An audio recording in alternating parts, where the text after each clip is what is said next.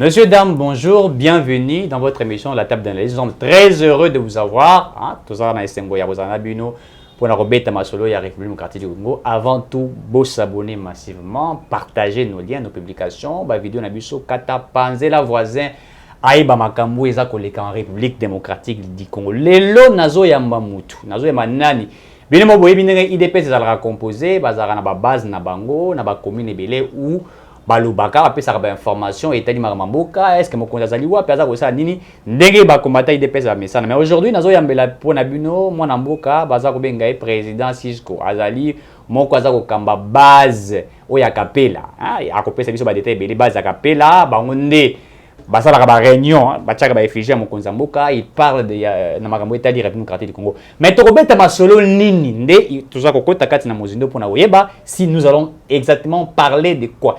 Qu'est-ce qu'il est venu exactement dire? Tokobeta ali solo makambo etali dossier ya Délice Sanga o azali suna union sacrée te ezalaka yete Délice Sanga a s'envolé Mike Mokeba IP a s'envolé bazali suna kati union sacrée te bakomi ko jeter au pauvre na président Félix Tshisekedi. Et s'il était, on parle aussi de voyage à Mokonzamboka, pigeon voyageur, bah Robenge Bongo, alinga ofan de sika maroteza kotambo le sika lingi, il ne se repose pas. Qu'est-ce que le président fait exactement? Mingi mingi balobi, azako sakanambong à l'état, il ne sait pas résoudre les problèmes yamboka. Est-ce qu'ils allaient à solo tous aller le côté? Bloc patriotique. D'ailleurs, nous vous informons que la marche elle est prévue ce 13 novembre. Kotambola pour Olbanine. Deux politisations de la CENI. Marambadou Sierra Meza Okota Nakati. Marambé Bélé Bélé, ils vont faire la marche. Donc, le 13, tout le monde à Kabila. Tout le monde Fayoulou. Tout le monde Mouzito. Il paraîtrait que Moïse Katumbi. Bon, est-ce que c'est vrai? Tout le monde a bangoné la marche. Moïse Katumbi se retrouve maintenant en Belgique. Il est allé faire quoi en Belgique? Consultation, ça va continuer. Est-ce que vraiment ça va la Moussa Ndenge Sengeli? Et s'il était, messieurs, dames, et s'il était, l'actualité peut moins belé pour nous décortiquer exactement ce qu'il s'agit. Mais n'oubliez pas la question sécuritaire à l'est de la République du Congo. Qu'est-ce qui ne va pas? IDPS, est-ce que Kabila a créé la guerre à l'est de la République? Mais l'état de siège depuis a décrété qu'on a. Et là, on y est simbaté. Est-ce que Baza Kokokate, Moutoumoussou Salobi, Nabiso, il faut tout ça? Kabila, papi Tamba, le bito zong sa Kabila na bokonzi. Messieurs, dames, restez avec nous. Tokoti Nakati mathématiques pour vous donner les vraies informations. Monsieur Cisco, vous avez président, il y a parlementaire, il y a Kapela. Mbote na yo. Mbote ndeko. Tout ça na senga Yamba pour la première fois na EDM TV officiel.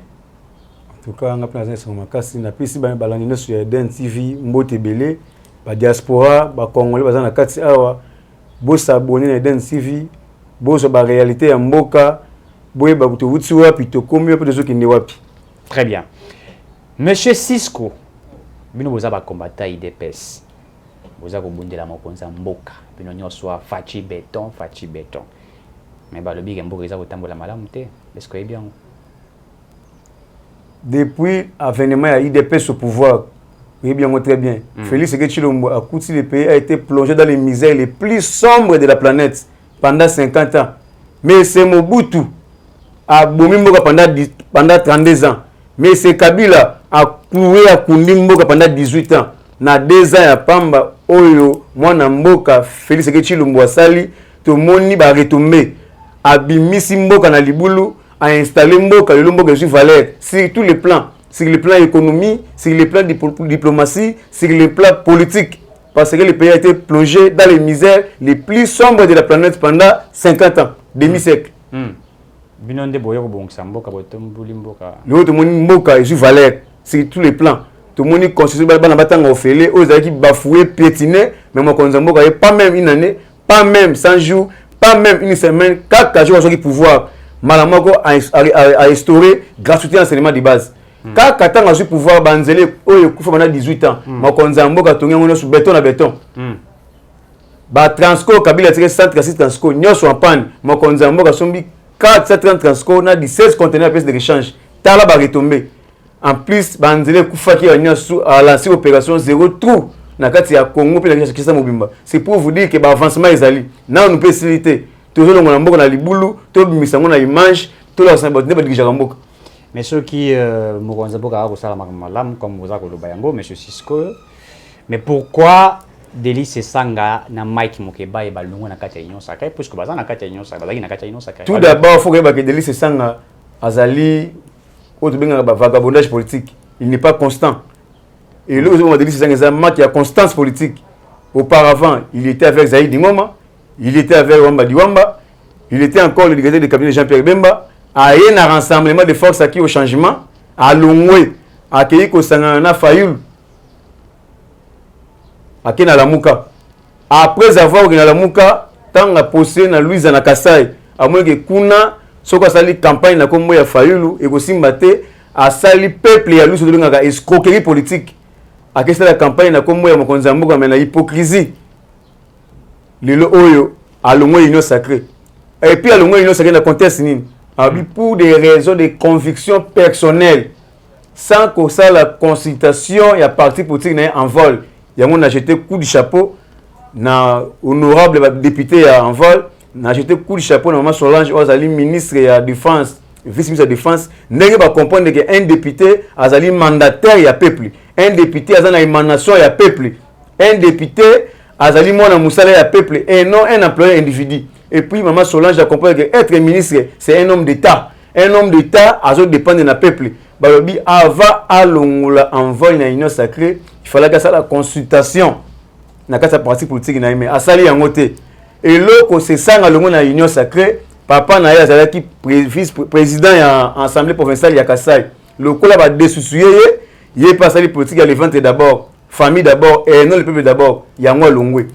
Ba mukebai ba sesanga ba ngo ba yaki Union Sacrée na boule nini ya partage à gâteau ba kabula poste ministériel ba kabula ba poste ba mandataire peuple a souffri. OK, Union Sacrée vision mokonza mboka o mokonza ba to boya to sangana comme seul homme to misala ba wumbu ya peuple congolais to misala bana misala ya peuple congolais to sala ka peuple congolais mais le corps bazan politique à l'évente d'abord o ba misala pendant 50 ans bazo comprendre les politiques à fachité. Politique à faire les peuples d'abord. Mais du fait que il y a un initiateur, il y a Union Sacrée, à Longwete, à Zaliwana, Félix Sekedi Chilombo, Union Sacrée, et Koti Kalaka Kozo Beste, et Koti Kozo Kufate. Kolongwa se sanga, na oto bengi, Mike Mukebai, et ça le go na ibalolongo li boucha mai. Donc ça non événement. Et ça le go la ibalolongo li boucha mai, non événement. Mai aussi la té. Mai aussi la té. Et ça au bout tamara. Donc non événement. Une bataille IDPS aux amambres belé. T'es vérité ça pour kabonité. Balobi boza ko défendre Félix Sekedi même na mabe. Ata zo sala mambreza ko simbate fachi béton. Biso IDPS c'est la pyramide il faut renverser. To défendre banti valeur té. To défendre ba cadre na loyengete. Surtout défendre c'est que vous prenez ba valeur. Pour moi tant konzamboka kendaki na Genève. Tant nocha signature makamba Fayoul. To bimaki na balabala pour laisser ça retirada. Alongo la signature. Ce quoi longo ki yango to ngala so ngate. C'est longo la signature. C'est pour vous dire que tu peux soutenir le mabete. Au sali madame tu beti maboko. Tu comprends que pour Congo et où tu es dans les boulou. Donc tu ça manger moté, tu misa boulou à 50 ans na une année 2 ans non. Donc mon konzamboka a mundi etake mobile. Mais bino boza ko boza pyramide renversée pour décider. Marambo ramawa. Ndeko na bino kibasa za moko ya bino na IDPS makambo rambo tambolité bo sali marche té bo lobi le remonter apparemment bino pays IDPS boza ko liambo ram wana vous faites une politique au moro compliqué. Il faut nous dire la vérité. Pourquoi bo sali marche té pona ko bisa kibasa kende makambo ya ram pays nyos na monde ba futaka ba taxe ba futaka ba rémunération et loko oyo excellence kibasa alingaka sala na kondana ki était na kondana ki équipe ya communication na ye ba yebi communication te tout d'abord avant de lancer RAM il faut que communiquer na ba kongomani ba yeba importance ya RAM ezali nini et puis ba unité au kocha combien ba kokata combien ba kolongola combien pour ne permettre ba ta réseau te ba Vodacom ba Airtel ba na ko piller peuple ba unité ne ba so piller bo et ça est loko o ba sangi manque de communication ko expliquer bango RAM importance ngo nini et puis au tché unité ba kokata boy na kondana ki équipe ya coordination ya communication ya honorable Kibasa ministre PTNT RAM ezali mabete faut que futa ba impôt ya ngone tonga mboka faut que futa ba taxe ya ngone tonga mboka tous les Congolais tous les peuples ya monde na pays na il faut contribuer na moi mukie o azo gagner et permettre l'avancement ya mboka ba tumbongo mabe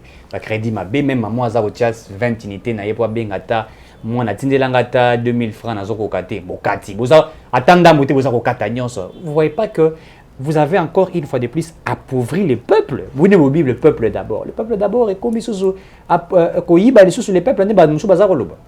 Yo monité que tant to belina ngoma casque communication qui mabe mbala moko na conseil des ministres balobi tout l'appareil à 2 gigas bakatara mité mais bakolongola ngo processus ils a processus bakona malem beti nyo se kolongo parce que tolingi peuple à comprendre que ba expliquer peuple importance ya taxe wana ram importance ya rémunération wana et quoi apporter nini et puis ba faire expliquer na ba raison wana bakokata ndenge nini ba éclaircir peuple de sorte que mutache moi dignité na yo kolongo ata de atike na 8 et servir yepé bolobi les peuples d'abord. Est-ce que peuple azako se retrouver kolia ya peuple boloba qui question bo commune à pouvoir l'idée pèse au pouvoir les militaires seront bien rémunérés ba ozabanda kuna bango les gens vont manger les gens vont boire il y aura pas la faim au Congo depuis que vous êtes au pouvoir 2 ans et demi. Est-ce que le peuple d'abord est tikali kaka slogan tu es vie quotidienne ya population na biso ulandaki mama on a kaluka nga sa déclaration alors bien époque Kabila ba bengana ba ina minerva na classe papa a joki passion monsieur de silaki tanga moni bana bazongi na plein examen atuni bana bozongi pona nini bana ba bengana na classe abi na senga dérogation ba bi c'est inspiré qui papa ti a ko kufa nyoso ya ngwana mama na lobi boye abi soke zalaki Félix qui est chef de l'état na gratuité oyo mais papa bana na kufa c'est pour vous dire que les peuples d'abord gratuité yango yé bana ba tango félé toi ba AVC na Congo équita parents les zones société gratuité et enseignement de base on les a clause les a clés parce que balobi garantir accader les enfants éduquer les enfants c'est garantir les futurs pour parce que ba cadre alors ba ministre beza bana oyo ceux qui ba tangité les lois à venir à Congo le ba ministre ils abanani tous ba rwandais ba ougandais ba diriger mboka. C'est pour vous dire que les peuples d'abord ils allaient en marche ba na expliquer que gratuité d'enseignement na expliquer que banzela to ekufaki ya ba bongisi yango kena ba camp facha kuti militaire na salaire combien le lo komi combien kena ba camp ba masango 90000 c'est moule vous monter comme 18000 kuna ba tongi ba école ba hôpitaux pour na bana ba soda batanga so kena camp au fini fachi basa ba soda ba kola numbango. C'est pour vous dire que changement même côté la police même côté armée même côté enseignant à coûter vraiment combien na salaire il y a 4 na salaire il y a 85 000 francs congolais les lots fâché comme na salaire il y a 400 000 na rentrée scolaire au ministre il y a EPSPT Tony Mwaba a basé bango 40 000 ba comme na 440 000 francs congolais grève wana ils allaient grève té ils allaient mouvement anti gratuité et ils a conseillé makana ba école catholique mouvement anti gratuité. Nous sommes dans un pays laïque. Très bien. Tous les confessions religieuses sont égaux. Très bien. Parce que l'école kimbangiste bana bazotanga, l'école musulmane bana bazotanga, l'école protestante bana bazotanga, l'école laïque bana bazotanga, armée bana bazotanga. Kaka na école catholique nde bazocha ba grève. Ezali eloko oyo ambongo chole na utembi baza kotinda ba enseignant catholique batangisa te. Yango ambongo insistaki avant aux la enseignant école catholique, faut aux la traité catholique. Tel niveau ya mutema mabe. Moutatiki vie pastorale à côté de la politique actif. Mouvement anti-gratuité, pourquoi? Bah ça on va voir ma mingi na mbongo ya minerva les parents. Bah $700, bah $800 par mois, bah $1000 par mois. Mais on va consommer les bana batanga ofeli. À respecter la constitution. Et si ka ambongo choli ou tembi, bah joli na makonzi mboka parce que bah consommer comme ils a dit bomber et comme diminuer. Or que makonzi mboka respecter la constitution. Parce que constitution bien monter bana batanga ofeli. Il a appliqué la constitution. En plus, même en gratuité, ils allaient négociabilité. Ils allaient négocier parce que ils allaient constitutionnel. Donc c'est pour vous dire que les peuples d'abord et non en bongo d'abord. Bon, dit gratuité, ils ont en marche. Le lobby collier à Congolais. Bon, c'est vrai que le service national a produit, mais ça, mais c'est insuffisant. Tout le monde a dit que stock, qui dit tonne, et ça, les gars, 2-3 jours, sur Sili. Après, c'est là, qu'est-ce qui est encore prévu? Banzela, le lobby, Sali, Banzela, M. Zali, dans la ville à Kinshasa, Banzela, M. Zao, ça, la maté. Bima la victoire, Bima la Tchang, Bima passé par là, chantier, balancé en haut partout. Opération, sans tout, tous les élèves, béton à béton. Projet Chile, je l'ai, Kenda, projet Chile, je les en marche, qui est né dans la terre jaune. Au coup de la Misale Salam. Ma consomment, cette fois-ci, les peuples d'abord, cette fois-ci, qui s'allument mes bandes. Est-ce que vous êtes sûr que vous avez je vous assure et puis je confirme. Ils ont Lungwa. On traite Félix Tshisekedi des pigeons voyageurs. On dit que le président ne se repose pas. Il est tantôt en France, en Belgique, Israël, Inde. Le président ne se repose pas. Aza Otambola partout. On dirait que Aza a plaisir à Otambola. Aza fait des sécamotes. Mino Pena IDPS pour soutenir. Il faut que le pays a été déconnecté dans le système mondial. Diplomatie à Mboka et Koufaki. Dans ce pays, le Israël. Mobutu na Kabila ba boma diplomatie Israël. Oh Kabila bien bien. Oh ya béni Israël. Il est pas aux la béni. Mais le Mokonzambo a tamboli tous les voyages à effectuer pendant 2021 a produit 4 milliards de dollars. 4 milliards. Mais dépasse au ya salé, ça pas même il y a 50 millions. Pas même 50 millions pendant tamboli. Mais a produit 4 milliards. Est-ce que papa nous a vos parents pendant qu'on anda qu'on a eu et le va les até bana ba souffrir. Yo va inanda aux bêta dame. Est-ce qu'un papa responsable est là? Mon konzambo ka tamboli parce que azongi sa relation internationale ya Congo na ba pays wana. Lelo baza ko traiter makambo ya ba minerai ya Congo sans présence à Congo. C'est pour vous dire que ba complot c'est ba guerre ya ba est. Ba zo ki te ko monter parce que le Congo a été absent. Moko zaki absent dans tous les réunions. Bah G20, bah COP26, bah Conseil national de sécurité, Congo et qui absent. Mais grâce à la diplomatie agissante et active du chef de l'État, pays Zongi, donc Félix Tshisekedi a remis le Congo dans le Conseil des Nations. Qu'est-ce que signifie le Conseil des Nations? Congo et Zongi aux affaires. Et si on va décider makambo ya monde, Congo est allé Mobutu s'est jeté. Kabila vanda wanate les Félix Tshisekedi Tshilombo. Kabila pas tamboula. Kabila n'est pas un diplomate. Kabila bengana maison Schengen. A boma relation à Israël et Congo. A boita pas na makanisa Mobutu. Mais les grâce à Félix Tshisekedi Tshilombo. Israël ba pesier un diplôme, il y a docteur, il y a honoris causa. Causa balabi ça titre honorifique, le titre honorifique. On a honoré justement par rapport à la prouesse, non, il faut féliciter quand même. C'est pour vous dire qu'il y a des avancées. Pourquoi Kabila soit gagné? Et puis na sommet à outil à G20 na COP26. G20 ils allaient là où les patrons du monde au bas Jacques pour distribuer pour discuter la distribution des capitaux. Est-ce que nous avons pour ça pour ça fait Macky Sall le monde qui Kagame le monde qui Félix Tshisekedi qui a une double casquette, c'était que président de l'Union africaine et était que président du Congo. Et puis dans la COP26 a eu parole à la RDC. Nous sommes la solution pour le réchauffement climatique. Au président américain le bim Mutaboso ko inie c'est ko zandoki. Bozongi si marama Mobutu na République du Congo. Bino tout boke oyamba Félix Tshisekedi bochembo ka par terre, musala ezate batu bakangami et tout ça. Obligé tous les députés et tout. On vous traite aujourd'hui, on vous a dit que ça devient de la dictature de Mobutu. Vous voulez instaurer le système du MPR. Parti Obemoko, École Obemoko, Tata Obemoko. Tous derrière Félix Tshisekedi. Est-ce que c'est là, et ça vous voit la dictature Oyo? Nous sommes dans un pays démocrate. Si on est dans la démocratie, les règles de jeu sont connues. Obakolinga. Boya. Tant qu'on va dans un voyage, à Bengi Mututa qui nous voyait. Même na IDPS, to benga ki Mutute a qui ne m'a konzamboka. Mais total les sika mboka et outil sur les plans diplomatie, mboka zaki déconnecté total. Na ba réunion nyoso, ba grande réunion mondiale, ba sommet, ba rencontre, Congo zaki absent. Mais lelo auto monique ils passe pour ba inia Congo ba ça la complot contre Congo. Pour créer un groupe rébellion, un groupe terroriste dans l'Est, ça passe parce que Congo est dans la même mise. Congo est dans la réunion. Il y a tout le monde grâce à la diplomatie agissante de chef de l'État, à si Congo na barre à l'écolo. Il y a tout le monde qui faut honorer. Le Congo a honoré Bissou na Libanda. Tout qui est koyambaye, tout la opinion nationale, internationale, que le peuple congolais. Malgré le blocage de Congo, le blocage des étrangers, le fuité sur la politique du Congo. Biso peuple congolais, tout le monde a confiance en Mokonzamboka. Tout le monde est ici Mboka. Na ici à commission, il y a des avancées. Il y a un autre qui est Mobondo. Kouyambaye, tout le Mokonzamboka, tout l'opinion nationale, internationale, peuple congolais, tout Simbi Fachi na motema, tout Tché na motema. Donc 2023, rien que Fachi.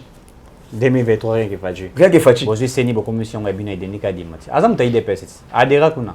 Denis Kadima, n'a pas été sur vidéo il y a Denis Kadima. Pas carte DPS. So aux vidéo mais photo Denis Kadima ça derrière IDPS. On brandé une émission comme ça.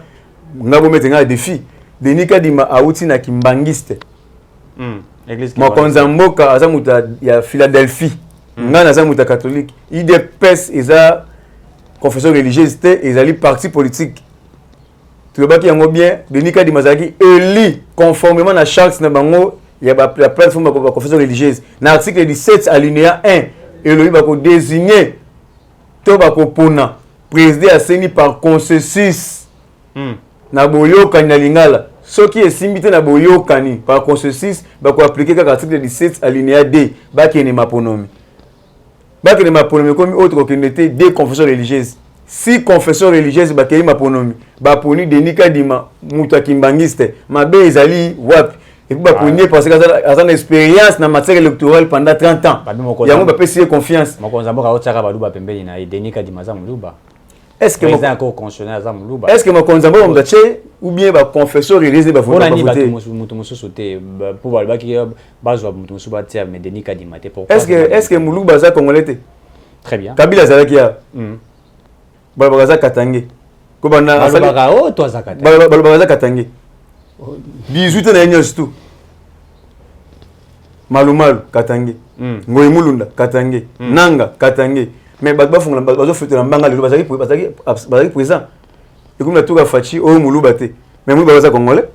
En plus Muluba za congolais de père et de mère. O azo ganga Muluba te ce sont des étrangers. Ba lingi ba imposer biso. Alors congolais de père et de mère. Des pères et des mères Denis Kadima. Des pères et des mères. Ngoy Mulunda des pères et des mères te. Corneille. Bien sûr. Tu vois bango te? Très bien. Tourner d'élection. Ce que matoua Denis Kadima. Pourquoi Denis Kadima te? Parce que en Mbongo, chole na utembi. Ba lingi ba imposer biso si il est bokoto. Oh dali mona kasi ya Mbongo. Parce que dali plan. On se retrouve juste après. Inutile de voyager, inutile de se tracasser.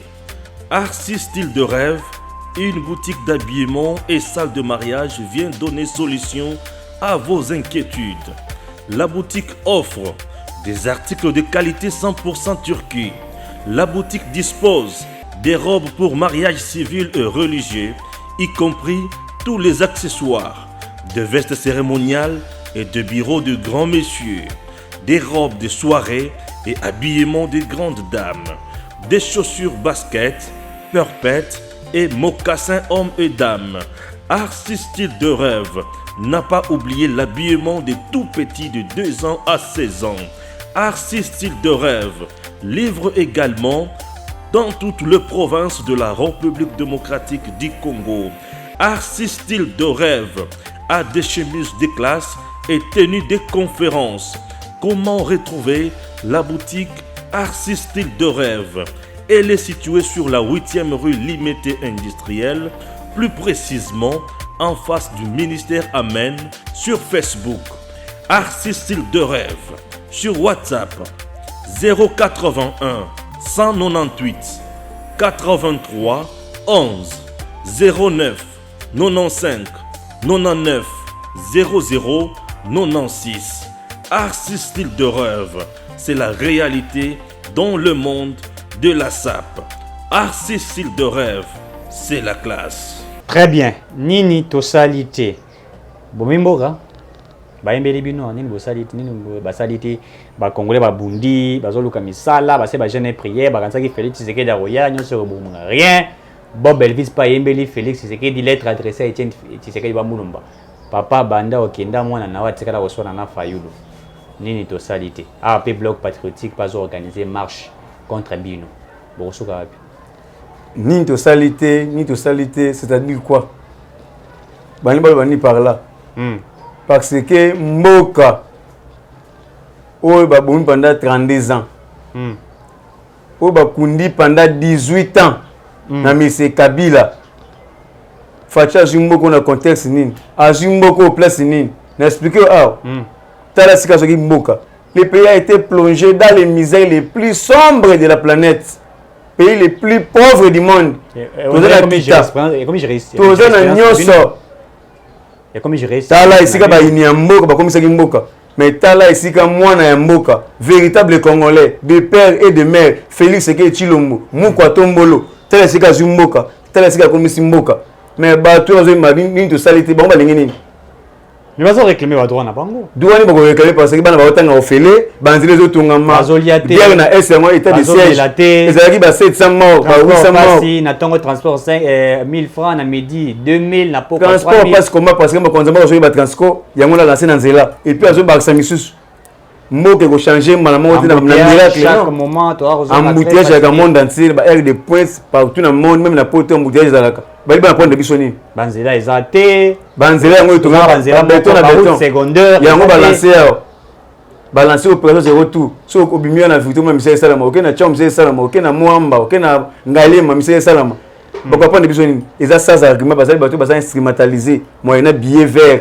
Pour ko sali ko tenir image ya mokonza mboka. Mais ba bango biso ba Congo to na éveil patriotique, to na éveil de la conscience. To ko plonger te, to ko boiter paté na ba théâtre bazo sala banzembo. Parce que nous sommes dans un pays démocratique, mais la démocratie, ils ont libertinage.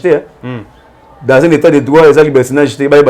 Ozuma billet fait au na poche, au lingo manzembo, au tenir moi je me conzamboka, il va que vous allez frapper la gueule de la loi. Mais bango babi ça l'éveil patriotique, ils doivent éveiller les Congolais que le pays encore va très mal alors que Félix Tshisekedi Tshilombo qui est en opposition, qui a combattu, aujourd'hui au pouvoir, bah le but c'est de pire en pire. Quel pire en pire? Est-ce que pourquoi Kabila? Bana batanga ofele, le parent je peux dire nga ni c'est pas responsable ko bana batanga ofele bo. So est-ce que mamani ya ni to salite au Kabila son na pouvoir. Mais na mo loko la ça c'est des traits mental. T'as pas pu t'embarquer avec Kabila son na pouvoir. Élection 2023, Kabila a posé candidature. Nazali bango très bien Kabila a fait plonger ce pays dans les misères les plus sombres de la planète. Congolais mo kota ko linga Kabila son na pouvoir. Papi tamba zo parce que il dit que na pouvoir ko ezaki yiba ndenge olingi, lia ndenge olingi, boma ndenge olingi, donc ba mesa na système wana ya ko yiba. Na lingi Kabila son na pouvoir. Mais la politique a fachi, au yibi tu vas en prison. Mais vous avez fait à un certain moment alliance na Kabila FCC cash. Alliance wana ezalaki nini? Ezalaki os politique mo konza mboka parce que tant à ce pouvoir a kuti armée ya Kabila infiltré la ba étranger belé, la police ndenge moko ANR ndenge moko justice ndenge moko cour constitutionnelle ya Kabila. Et on va continuer à pouvoir, c'est obligé. Il y a beaucoup dans le système. Bah, un système, bah, découvrir un système, na kati système. Très bien. Et puis Kabila, à ça qui Magounae, a dit que le gouvernement Konzambo a fait que Tshilombo a gagné l'élection de la présidence. Il faut passer la Magoui, nananga pas passer majorité parlementaire rebelle. Le quoi tu connais na cohabitation, tu connais na coalition. Coalition. Donc Konzambo a ça qui yango, a ça obligé. Avec la coalition, à la fin de côte, ma se déchaîner, à boomer coalition FCC cash, tout est union sacrée, maintenant le pays est en marche. Kabouya, il paraîtrait qu'à 16 millions de dollars, il va combattre, il se retrouver. Et puis si vous avez des Congolais, si vous avez Tumba Bounaya, mais moi Bombé, avant que vous ayez Loba, vous avez contrôle. Mais Kabouya a un chemin le Golanga. Kabouya ça l'a raté. Mais vous pouvez ses pouvoirs. Kabouya est secrétaire général de l'IDPS. Même 10% sont dans la partie. Et comment tu as 1 million T? Si on a compte 16 millions de dollars à jouer en WAP. Et ça montage. Et ça pas discours mon bidon. Et ça qu'on a terminé image à l'IDPS, qu'on terminé image à Mokonzi Mboka, qu'on terminé image à Jean-Marc Kaboun, qu'on terminé image à Gissa Kabouya. Si vous avez Kabouya, directement je connais mon tout chef de l'État. Pour pas terminer image à l'IDPS Mobimba. Kabouya ça l'a raté. Aza ni na kati ya institution ya mboka, ni mandataire, ni DG, ni chef de quartier, ni bourgmestre, aza secrétaire général ya IDPS. Il a parti au pouvoir. Il a parti au pouvoir. Par chef de l'État, même bah 10% ils ont la partie wana asimba ga ngo tezana ba contrôler ba national mbui. Na secrétaire général chargé à finance maman Gisèle Bonsem, ba ba contrôler biloko wana. Kabouya asimba ga tana kesité.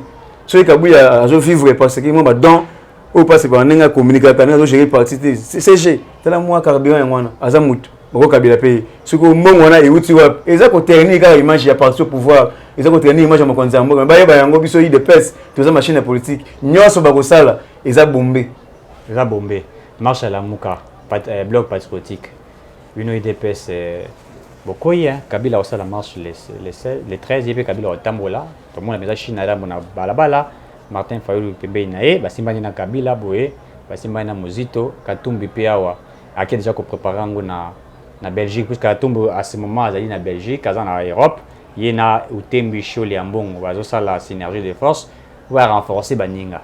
Monité qui est pression à ma casse pour cocater. Nous sommes un pays démocrate. Nous sommes dans un pays démocrate. Tout le monde a liberté d'opinion, liberté d'expression, c'est normal. Mais bloc patriotique, voilà. Bakotambola pour nanini. Bakotambola pour être seni et comme a dépolitisé.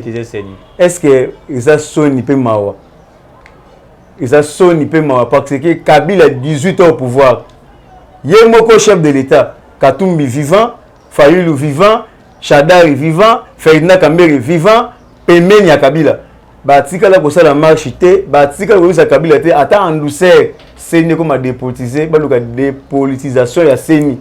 Quand le régime a fachi, seni comme a dépolitisé, ezali kozanga maturité politique et puis congolais comme la balabala pour Kabila, a autant mon la balabala, admise ba congolais na balabala, congolais on a face à la détraqué mental parce que un congolais averti, un congolais éveillé, on a l'éveil de la conscience. A koki ko bimana balabala te pona ba bloc ya ba ventiler ba sengi ke seni comme dépolitisé ba ventiler na Fayulu et ça bloc ba ventiler parce que ba vandi na Kabila Fayulu ba vandi na bango tout bloc ça bloc ba ventiler ba vandi na Kabila Fayulu azaki pembe na Etienne ba vandi na Kabila mais Fayulu azaki député national ya Kabila Félix pas azaki Olia pesa ki apesa da bombo les voix moko po ki chasse bonga azi voix apesi ki muta pangi moyena bien fait pour ça se fait autorité mo bango Kabila bango tout na service à Kabila ba yaki na ide pes pour ko infiltrer biso lelo mon équipe en Genève les équipes plein à Kabila lelo ba sangani bloc tato ba ke Fayulu muzitu ba kenda kinga kati okuta na Kabila ba soja tembi lelo nzamba sali grâce à longol bango mayele admisi bango na poisa loka ba ndoki ba na butu ba ke ko na tongo ba ko yimi takala elo ko la bango donc to kangi bango na ka fragrance na fragrance de lit Bando bazoloka Congo butu. Soldat du peuple. Na ebisio soldat du peuple ya wapi? Soldat du peuple. Soldat du peuple na Congo comme on a Etienne Tshisekedi wa Mulumba. Incorruptible, constance politique ti akufi pona mboka. Les véritables soldat bi yona Etienne Tshisekedi wa Mulumba. Faulu la IDP biso de fabriquer. Alati Muniere biso de créer la IDP. C'est Augustin Kabila qui a fabriqué mais c'est Fayulu. Le logo sangana Kabila na Katumbi. Est-ce que mutu kwa Kabila mutu lokola Ferdinand Kambere mutu lokola Chadal bazana leçon ya kopesa biso na mboka oyo bavanda bazana to kofioto na mbanga te na mboka oyo batali ba dirija mboka bako mala ba ke Félix comme dictateur lelo Fayulu asisi tous les kombo ba makonza ya mboka dictionnaire ici patin placebo étiquette elilingi ya pamba c'est Kabila qui dirige c'est Kagame qui dirige lelo ka Fayulu wana abenga makonza mboka dictateur c'est un confusionniste a ko expliquer ba congolais nini au moins immaturité ba policier congolais. Très bien. Très bien. Au-delà de ça, pour le immaturité ba congolais, il y a politiciens congolais où il va salir bloc des aventuriers pour détruire le Congo. Très bien. Au-delà de ça, ba le était Moïse Katumbi azali na Belgique.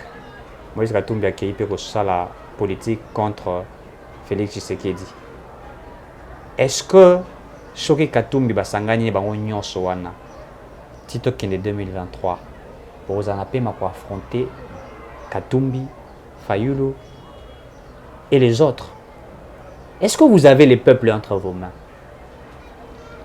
Est-ce que au moins qui accueille ya makonzambo côté na aéroport sombi bato bali bochi bambongo sombi bato na expliquer on bande awa moyena 0 franc na zalaki na base na ngana DD bopesi bango ba 5000 deka pe perdant ça na kindaki na base na nga ya Kapela na D transco plein moyena 0 franc to kindaki ko makonzi ya mboka na souci na biso transco na futi transco ngai na futi transco na cotisation na caisse na biso ya base na bolingo ya mboka na bolingo ya fachi toujours na caisse au lieu de transco to kende ko makonzi ya mboka parce que a réussir eloko oyo Mobutu akwa ko sala yango te Kabila akwa ko sala yango te pendant 50 ans pays qui déconnecté na système mondial et là son mboka na kati système mondial complet au sama nani ya Congo pour Congo na kati wana yango to kenaki mobondo to la samo kilimo bimba tout ça derrière fachi Katumbi azana les sommes côté à kopesa peuple congolais parce que après ça va ça binombongo après ça tu vas image tu vas vidéo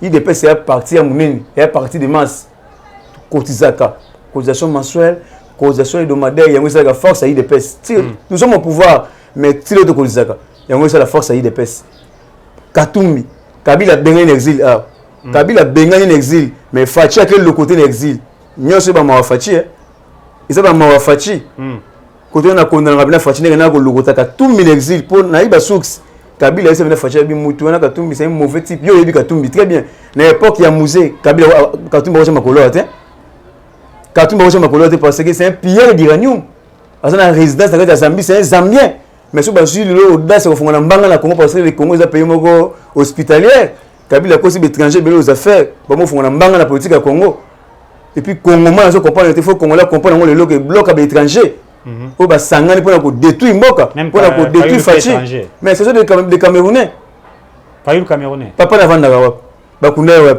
maman na ba kunda wa moi na classe ba Fayulu na Congo en c'est pour vous dire que ba suis courage à fond na mbanga na Congo attends à combo na mettre ya défi attends à combo ya camarade na attends na école ni na ko na kalseni na kasa Congo attends na bamboka village na ezani province d'origine ezani district na ezani territoire ezani on a soutenu maman loi ya Noël Tchani des pères et des mères na ebiso loi ya Tchani ezali normal parce que pays ezalaki bloqué na l'étranger le Rwanda est le premier pays il y a production de colta bazana monté pour grâce à quoi ça veut dire entreprise il y a or grâce à quoi parce que ndeko na bango azali na tête ya mboka na biso azwa sopel bango minéré ndeko Kabila ngana ebiso j'espère que yebi Hippolyte Kanambe a sopel bango minéré lelo oyo Rwanda comme premier pays ya colta yango na soutenir loi ya Tchani ezali ya congomanité ezali loi ya verrouillage ya ba poste ya souveraineté autre bien présidence de la République très bien premier ministre président Sénat et Assemblée nationale ministre des finances ministre de la défense numéro 1 ya ANER na ya DGM na chef d'état-major général ya armée na inspecteur général de la police très bien pour na combattre la minéré pour na combattre la territorial mobimba ya mboka pour na combattre tous les frontières pour na combattre la quito on zamba pesa biso ezalaka na Congo ba congolais kaka ba bénéficier nango il fait ça pesa mboka moko étranger ba ozo kitao nzamba pesa biso ba pesa bandeko na bango congolais adefaka lipa avant melati tandis que zona minéré tozana coltan tozana manganèse tozana étain tozana charbon tozana nyoso très bien toi quand tu on est déjà arrivé presque à la fin l'insécurité à l'est de la République du Congo Bukavu, il y avait l'insécurité. Goma de l'insécurité. État de siège. Qu'est-ce qui ne va pas?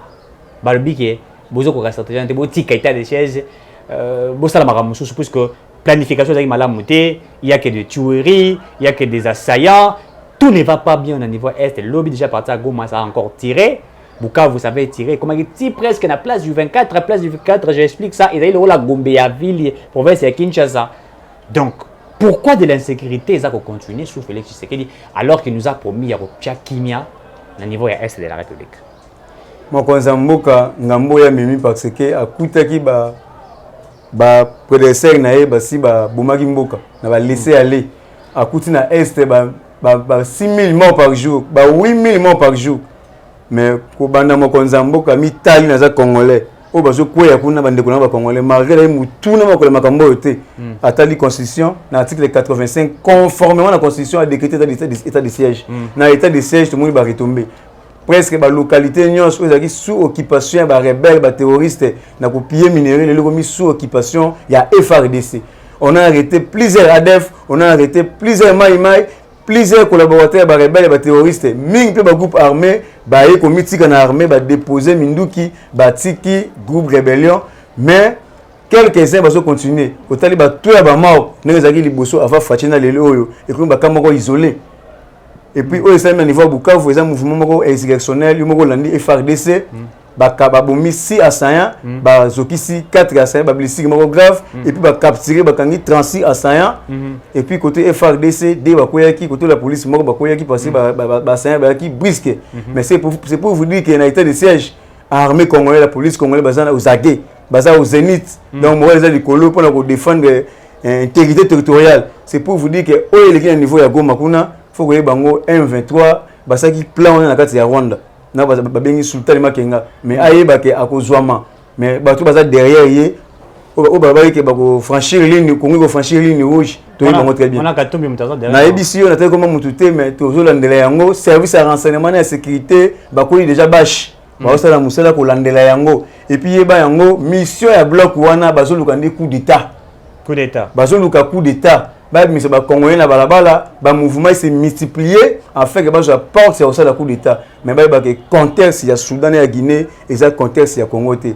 Félix Ségaza président Union africaine tous les pays voisins tous les pays d'Afrique bazo dépendre de Félix Ségaza Chilombo peuple congolais tout dans l'acte martial tout mettre bango en garde et puis la scène na armée dans la police congolaise base en éveil de la conscience base à la manipuler base à la toujours derrière commandant suprême na bango Félix Ségaza Chilombo va travailler pour la nation et non pour les individus ba criminels au bazali senacé bazo financer bango toujours inouï pour na koluka trouver manamboka mais ba yango o ya ko bandalikanisi ya coup d'état nde to ko kangaye to ko kwea na ye to ko baka ene course en plein air à cause de la humilier sur le plan national international parce que pouvoir autre 3 décennies batu ba kufi ebele batu ba zoki ebele ba veuve ba aveugle ebele to ko permettre te mutu moko aya na minduki aya na ba konga aya ko sala coup de temps na pouvoir oyo to ko boto la bango minduki to ko bunda na bango tongo tipo quoi et puis to ko landa bango tina ba frontière ba Rwanda ba Tanzanie ya ba Zambie ya ba Cameroun bango na bango pour na restaurer paix na kati ya Congo to mettre bango en garde et puis ba yango voyage ya ambongo na Brazzaville abi azana sécurité là ça pas azad mais ba opposant farouche ba do faire mo konza mboka tongo pourquoi autant mon sécurité fallu lui a fait mo konza mboka tongo midi pourquoi patin placebo député à FCC mo konza mboka conscient ba kanga ki otambola OK boîte au sana mes na mos na otongo so so nginda kuna sécurité bon musala nzambe fallu lui expliquer bien que atiki vie pastorale ambongo pe atiki vie pastorale na otembi batiki balongoli sultan bakomba politicien actif biso yi de peste ko so mo ba adversaire politique insécurité comme par rapport à quoi kutu ba opposant to ki ba ngwe bo musala nzambe azoluka ko ternir image ya mboka na koluka ko ternir image ya chef de l'état moi c'est que ni analyste français moko nenga lobby eloko ambongo azoloba wana comme l'insécurité juso ezalaka abimi mboka o na kimi mboka po bazwa nzela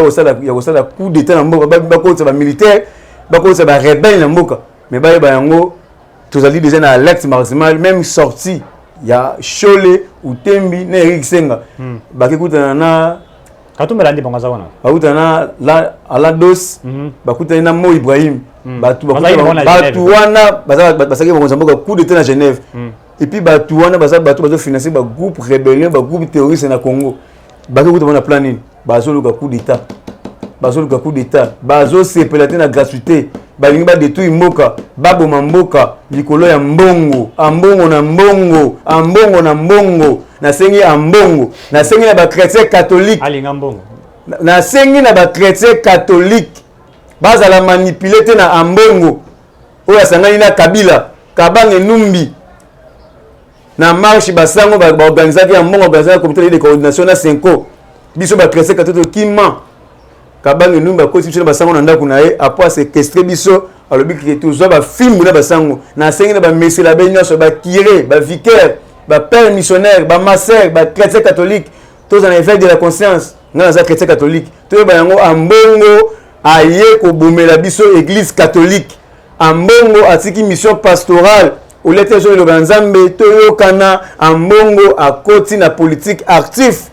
Alors nous les politiciens, adversaires politiques, on va les traiter pas comme Monsieur l'abbé Ambongo, pasteur Ambongo, cardinal Ambongo, on va les traiter comme Monsieur Ambongo, adversaire politique.